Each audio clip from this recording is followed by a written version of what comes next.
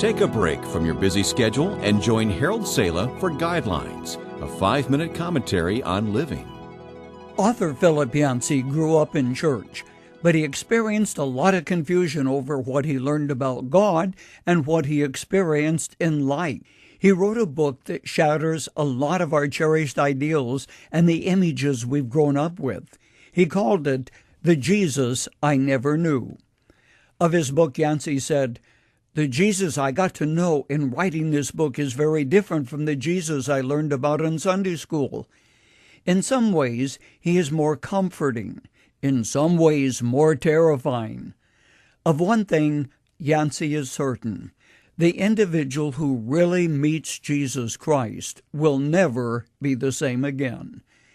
In the event the name Philip Yancey is new to you, may I say that reading what he writes is like a breath of fresh air which comes to you in a polluted environment.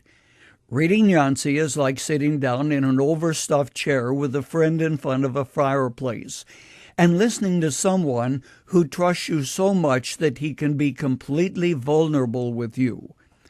Yancey doesn't come up with pre-programmed answers or quick-fix solutions. He has an openness, a candor, and an honesty which prompts you to look within your own heart and soul. So how did Yancey rediscover Jesus? His book was a partial outgrowth of a study he did with a small group focusing on the life of Christ. The group also used video clips of almost every film on the life of Christ which has ever been produced.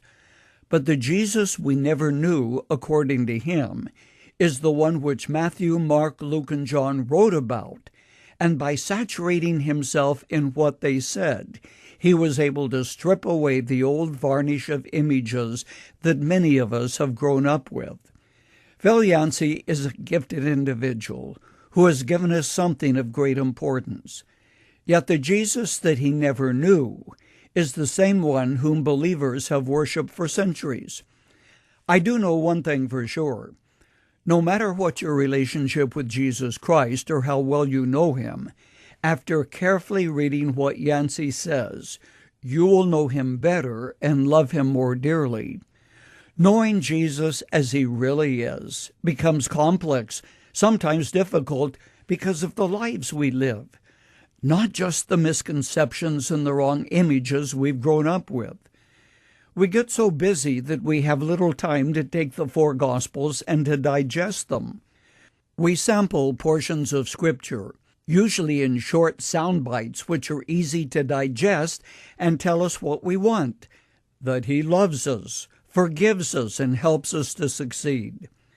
Some years ago, I discovered an old hymn by Ian McPherson which says it so well. The words go, "If I but knew thee as thou art, O loveliness unknown, with what desire, O Lord, my heart would claim thee for its own."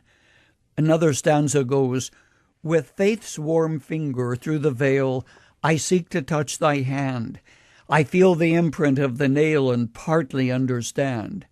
Then McPherson voices the frustration which we sometimes feel as he said, "But my lonely spirit tires of knowing thee in part. O Jesus, how my soul desires to see thee as thou art." Does your restless heart want to break through the gloom and the pain of living in a broken world to see Jesus as he really is? Saturate yourself in the Gospels. Read them in different versions.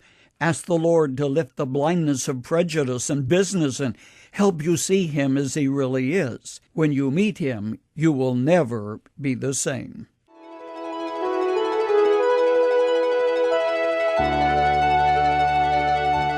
You've just heard Dr. Harold Sala with Guidelines, a 5-minute commentary on living.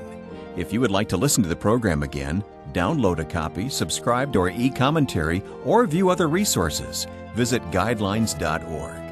We would like to hear from you too. You can email us at info@guidelines.org. That's info@guidelines.org. Thanks for listening, and we invite you to join us again for the next edition of Guidelines.